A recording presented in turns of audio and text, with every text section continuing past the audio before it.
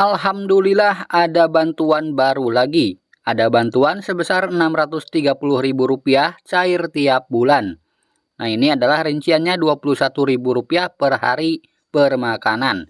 Nah, kira-kira kriteria apa ya yang akan mendapatkan bantuan ini? Simak terus. Adalah bahan yang sebelumnya disampaikan oleh Bapak Dirjen dan kami hanya menyampaikan ulang kembali, tidak berbeda dengan apa yang disampaikan oleh Pak Dirjen. Ini waktu itu kita persiapan kick off bantuan sosial permakanan bagi lanjut usia keluarga tunggal dan disabilitas tunggal tahun 2022.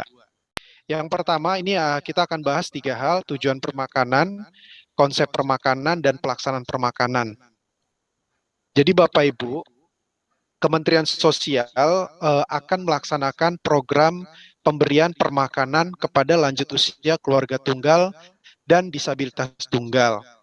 Tujuan pemberian permakanan bagi lanjut usia keluarga tunggal dan penyandang disabilitas tunggal adalah sebagai upaya penghormatan, perlindungan, dan jaminan sosial dalam bentuk pemenuhan kebutuhan dasar berupa pangan dan atau nutrisi agar memperoleh kehidupan yang layak. Lalu siapakah targetnya? Ya, siapa target penerima program permakanan ini? Targetnya adalah lanjut usia keluarga tunggal dan juga penyandang disabilitas tunggal dengan kriteria sebagai berikut. Yang pertama itu miskin atau tidak mampu. Yang kedua, tinggal di rumah tangga tanpa anggota keluarga atau terdaftar seorang diri dalam kartu keluarga. Yang ketiga, terdaftar dalam data terpadu kesejahteraan sosial.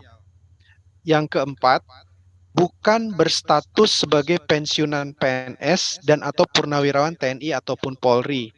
Ya, jadi termasuk istrinya atau suaminya, ya itu tidak bisa.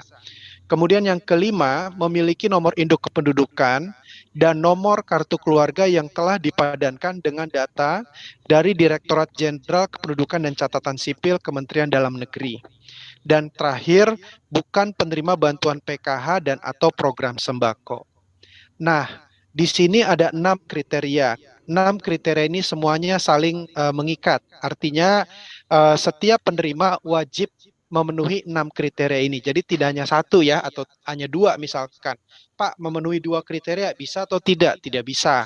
Harus ke 6-6-nya terpenuhi. Itu adalah kriteria penerima.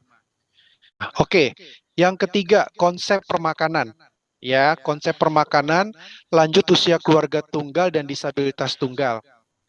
Permakanan yang tadi kami jelaskan itu adalah sebuah kegiatan memberikan makanan terdiri dari nasi, lauk pauk, sayur, buah potong, dan air mineral yang diberikan 2 kali sehari dalam satu pengantaran dengan indeks 21.000 per hari untuk 2 kali makan.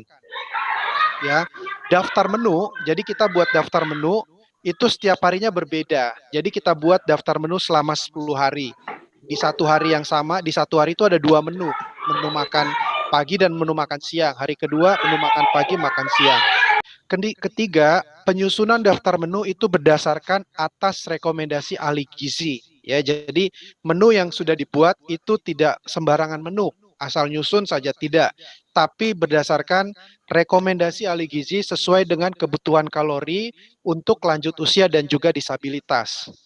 Kemudian yang keempat, itu menu mengandung unsur nasi, ada sayurnya, ada lauk hewani atau nabati, hewani dan nabati, ada buahnya dan ada air mineral. Kemudian pantangan makanan karena faktor kesehatan, standar permakanan akan disesuaikan dengan kondisi dan kebutuhan penerima manfaat. Artinya apabila ada lansia tunggal atau disabilitas tunggal yang mengalami sakit tertentu sehingga dia tidak bisa mengkonsumsi makanan yang sudah direkomendasikan oleh ahli gizi, mereka boleh mengganti menu makanannya disesuaikan dengan rekomendasi puskesmas setempat. Ya, jadi tidak boleh sembarangan diganti nanti. Kalaupun memang mau diganti, itu sudah ada rekomendasi dari puskesmas setempat atau tenaga kesehatan ahli gizi yang ada di rumah sakit terdekat. Yang paling dekat sebetulnya puskesmas ya. Kemudian pengemasan permakanan menggunakan kemasan kotak atau menyesuaikan. Dan yang ketujuh, permakanan akan diantar ke rumah penerima manfaat. Artinya penerima manfaat betul-betul terimanya di rumah. Jadi tidak ada yang namanya makanan misalkan di dapur A, kemudian penerima manfaat suruh datang semua, udah sini semua datang ambil di sini tempat seperti PT Pos ya, kalau ngambil bantuan sembako kan kadang dikumpul di satu tempat, tidak. Ini kegiatannya betul-betul harus diantar ke rumah-rumah penerima manfaat. Nah, itu adalah konsep kegiatan permakanan ini. Kemudian selanjutnya, nah, pelaksanaan permakanan ini rencana kick off-nya kemarin ya teman-teman, tetapi dengan adanya rencana kan ada perluasan. Jadi ini tadinya untuk kick off, tetapi karena akan ada perluasan di seluruh wilayah Indonesia, di kabupaten kota di Indonesia, maka kami mengundang Bapak Ibu teman-teman dari PKH, SDM PKH, baik Korwil, Korkap, Korkot, dan juga para pendamping. Dan kami mengkomunikasikan ini karena memang akan ada peran-peran yang harus dilakukan oleh para pendamping dalam mendukung kegiatan permakanan ini. Terakhir, terima kasih. Tapi saya belum selesai Bapak Ibu ya. Ada satu bahan lagi. Oke, ini sudah terlihat semua? Salah satu saja menjawab. Terlihat. Siap. Terlihat. Selanjutnya adalah pedoman pelaksanaan bantuan sosial permakanan bagi lanjut usia keluarga tunggal dan penyandang disabilitas tunggal tahun 2022. Jadi ini adalah kisi-kisi pedomannya yang akan kita laksanakan.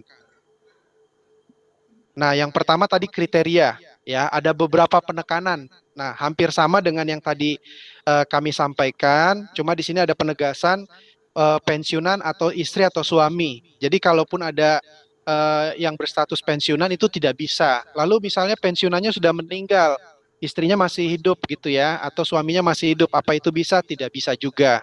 Ya, jadi itu udah kriteria mutlak bahwa pensiunan istri atau suami PNS dan atau purnawirawan TNI dan Polri atau BUMN tidak bisa.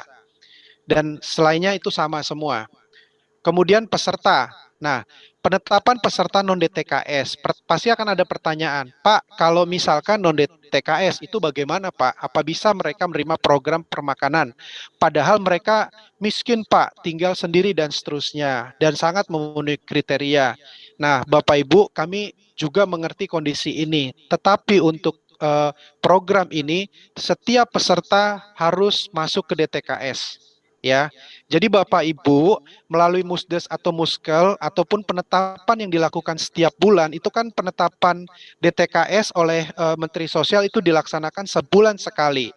Jadi kalau misalnya Bapak Ibu menemukan hari ini ada lansia tunggal atau penyandang disabilitas tunggal yang memang sangat miskin dan memerlukan bantuan permakanan ini, tetapi tidak masuk DTKS, segera daftarkan untuk masuk ke DTKS. Karena masuk DTKS itu kan tidak otomatis dapat bantuan sekarang, yang penting diusulkan dulu. Ya, jadi ada catatan nama-nama orang-orang yang memang memenuhi kriteria menurut observasi pengamatan Bapak Ibu bahwa mereka layak, segera diusulkan melalui lurah ya, lewat Musdes dan Muskel ya, dan agar dimasukkan dalam penetapan DTKS pada bulan selanjutnya. Ya, jadi pastikan setiap orang yang akan masuk dalam program permakanan harus masuk DTKS.